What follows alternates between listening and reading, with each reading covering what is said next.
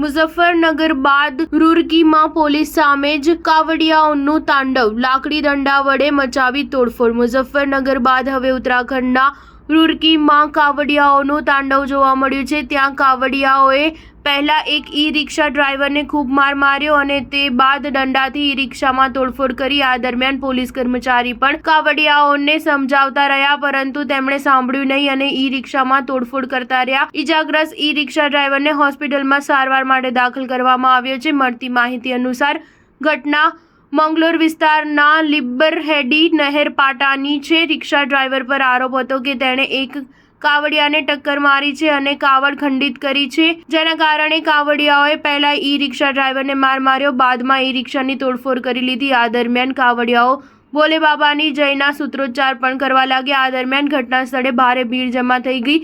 પોલીસે આ મામલામાં અજાણ્યા કાવડિયાઓ વિરુદ્ધ કેસ નોંધ્યો છે। હરિદ્વાર એસએસપી પરમેન્દ્રસિંહ ડોભાલે આ મામલે જણાવ્યું કે મંગલોર વિસ્તારના લિબ્બરરેડીમાં સંજયકુમાર દ્વારા જાણ કરવામાં આવી હતી કે આજે તેમની ઈ-રિક્ષાથી એક કાવડિયાને ટક્કર વાગી ગઈ હતી, જેમાં કાવડિયાને ઈજા પહોંચી ન હતી અને કાવડ ખંડિત પણ થઈ ન હતી। તેમ છતાં કાવડિયાએ પોતાના અમુક સાથીઓની સાથે મળીને ઈ-રિક્ષા ડ્રાઈવરની સાથે મારામારી કરી। એટલું જ નહીં, તેમણે ઈ-રિક્ષામાં પણ તોડફોડ કરી છે।